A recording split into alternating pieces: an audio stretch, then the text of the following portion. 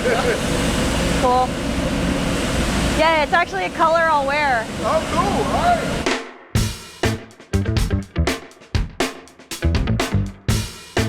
Hi, I'm Mary. Welcome to the day in the life of a coffee roaster at Counterculture. Sometimes I get in and I'm immediately like on a roaster. But when I come in the mornings, I like to at least cup a little bit or brew something up. If I'm on a machine where I'm roasting like the single origins, it's kind of good to be kind of a mindset of what you're looking for in the coffee. A lot of times we'll just like all cup individually and then we'll have like a meeting. We'll just kind of talk about like certain things that we like, positive things we noticed or things that we might need to change. We also collect samples for the coffee department. And they also send us like a weekly email, kind of just filling us in on some, tips or positive notes that they're seeing in like our roasts. I'm on the Loring this morning. We usually start the day off with our organic coffees. So 46 decaf, Apollo, our single origins, and then we'll go to the conventional coffees. That way we don't have to do like an organic purge. So this is kind of like our blend cheat sheet. We have like rotating coffees. So like our yearly, like year-round coffees are gonna stay the same, but the blends are gonna change as like we get different coffees in. So like I'm about to start roasting 46. And so these are the components that are going into it, and this is just the percentage, ever-changing.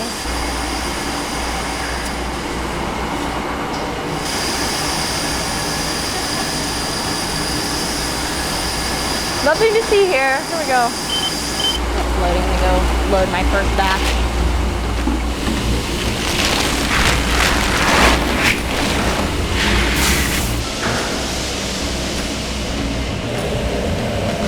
So throughout the roast, you're adjusting your gas.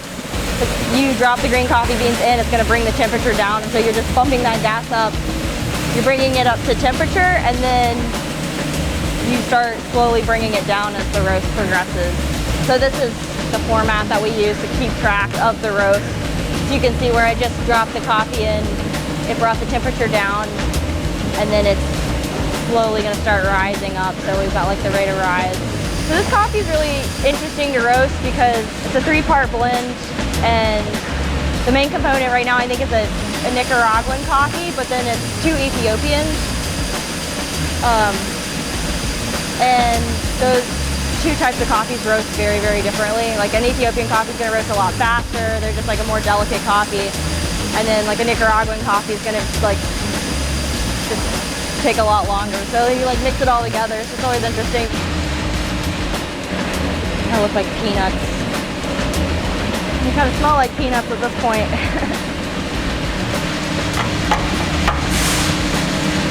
Yeah, so you can see where, because it's at the middle of the roast, I'm like already starting to cut the temperature down. The roaster's finally heated up.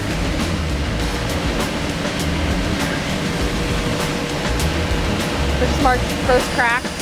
Usually the Loring's a little loud so you can't hear it, but when the coffee hits first crack, you can usually hear it making like a popping sound, so like popcorn. Throughout the roast, your coffee's releasing moisture.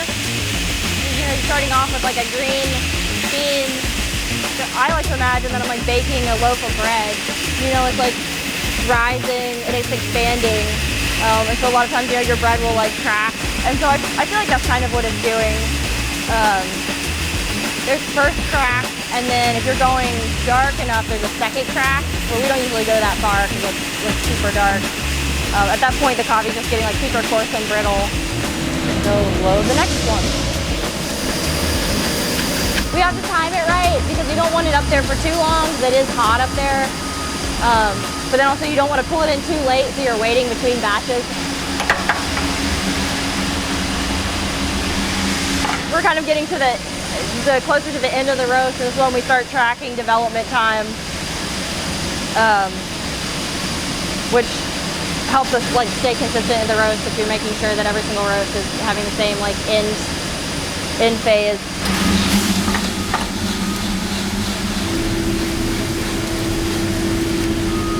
So a lot of the roasters here, we have our cheat sheet that we follow, but we also like to mark down every roast that we do just to make sure that we're keeping, you know, consistent flow. And we can also like go back and be like, someone might have a question about a coffee and I can go ask like Simon or Nikki and be like, hey, how did this coffee roast for you? And they can go back and look at it and kind of give me pointers.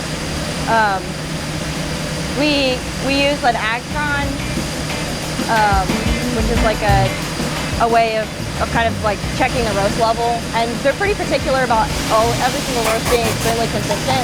So like the last few batches I've been doing, I'm trying to hit it at a 52, but I've been hitting it at a 53, so I know that I need to adjust it by like 1 degree. It can be kind of fun when you're like trying to, it's almost like you can start like playing a game with yourself to be like, how consistent can I make like each batch? And I don't think that like 1 point is gonna change anything like by the way it tastes, but it is kind of nice to have like being able to look back and be like, wow, they were all like almost identical roasts. But there are roasters here that have written down every single batch of coffee that they've roasted in the last like 5 years or something like that. And their notebooks are just like, it's insane. It's so cool to like go back. This is our, I guess we call it a de-stoner, sucking the coffee in. It's easier to get it in a bucket.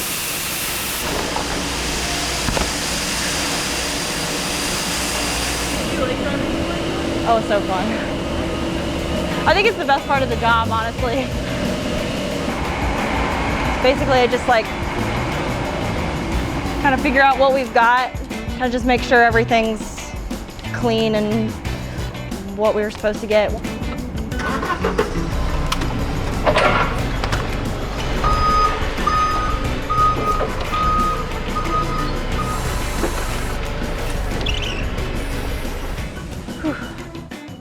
All right, you have a good one. Throughout the day, you have to collect the chaff, and if you don't remember to, you can catch the roaster on fire. So we always like to put a little like, kind of a note there, like don't forget to, you know, take the chaff out. Like every 10 roasts or so, the back of the roaster sucks it in, puts it in the chaff bin here.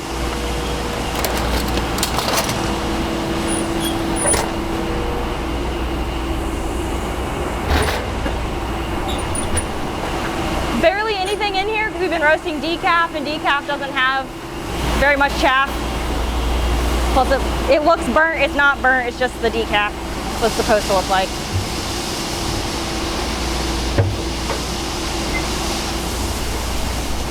We send it off to a composting facility. I mean, we also like have a bunch that we leave out in bags for farmers to come, or anyone to come and like pick up. We also leave a bunch of burlap bags out there too, because a lot of people like to use that for farming.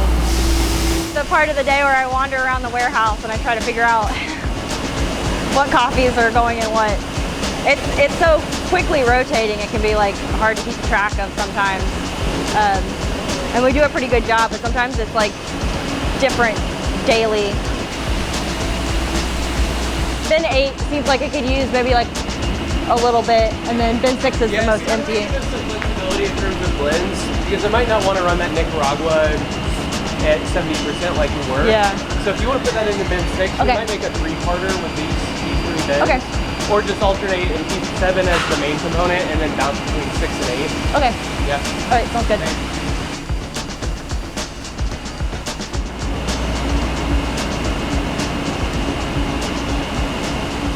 Yeah, so right now I'm loading a Nicaraguan coffee for Big Trouble. Yes, we just loaded into the little hopper here.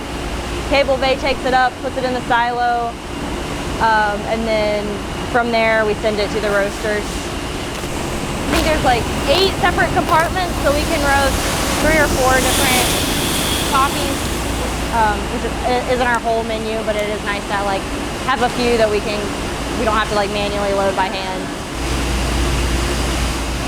This is the poundage that we were putting into the silo, so 1,500. And that'll go by so quickly. call this one P1.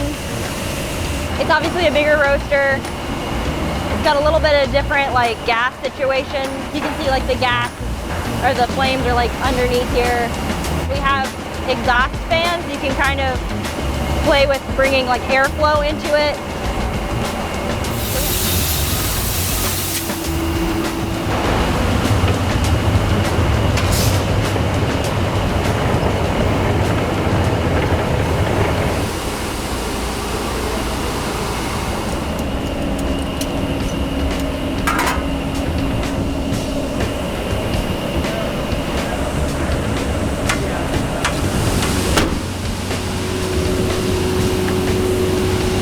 This is the dust catch for the green loader.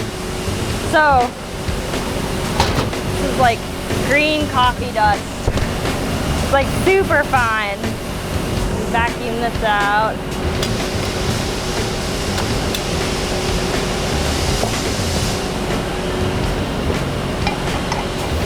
And this is why it's impossible to keep it clean in here, because it's just dust all the time.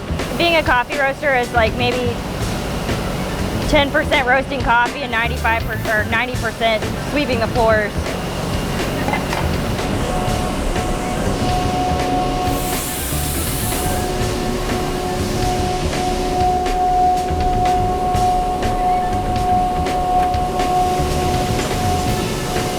This is like a giant magnet that catches, you know, foreign particles.